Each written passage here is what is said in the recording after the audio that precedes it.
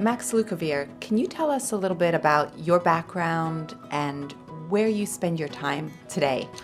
Yeah, so my background is as a filmmaker and journalist. I was pre-med in college and I ended up double majoring in film and psychology, and I made a film as an undergraduate exploring my passions at the time. That experience allowed me the opportunity to work with and learn from some of the best storytellers and journalists in the world, so Peabody Award-winning journalists. But my passions really have always been health, nutrition, fitness. Why do you think, Max, that we've got it so wrong? How do you think we just went from, like, everything that you're saying right now is what we all want, right? Yeah. We want that improved cognitive function. We want to grow those additional brain cells. We want to live our lives in the best way possible.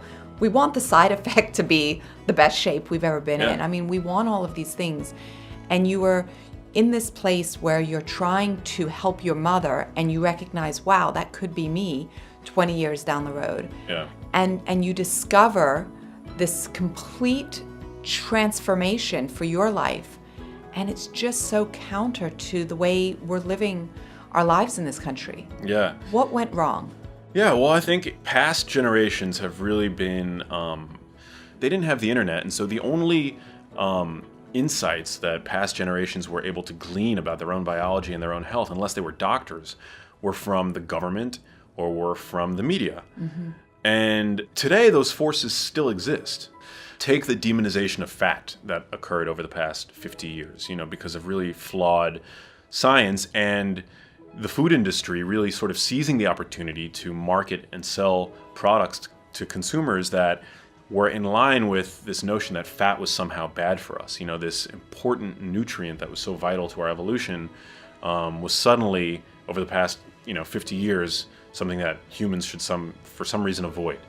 The food industry really seized that moment to sell very unhealthy oils to the public, but previous generations again weren't privy to dissenting voices. There were no opposing voices. The conversation just wasn't something that could be had, because if you weren't a doctor or you weren't a nutritionist or you weren't somebody in a high public office, you just had no access to any real information.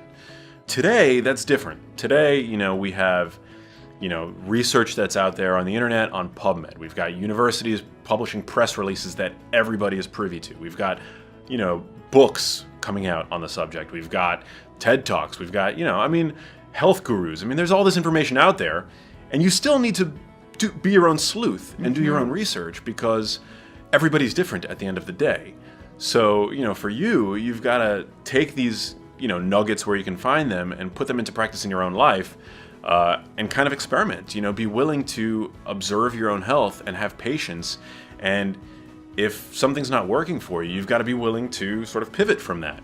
Science is it's a method of asking questions, and we can all do science in our own lives. Max, this is unbelievable. Thank you so much for sharing your insights and guidance and curiosity into areas of our health and well-being that we can all benefit from. Thank you so much for having me.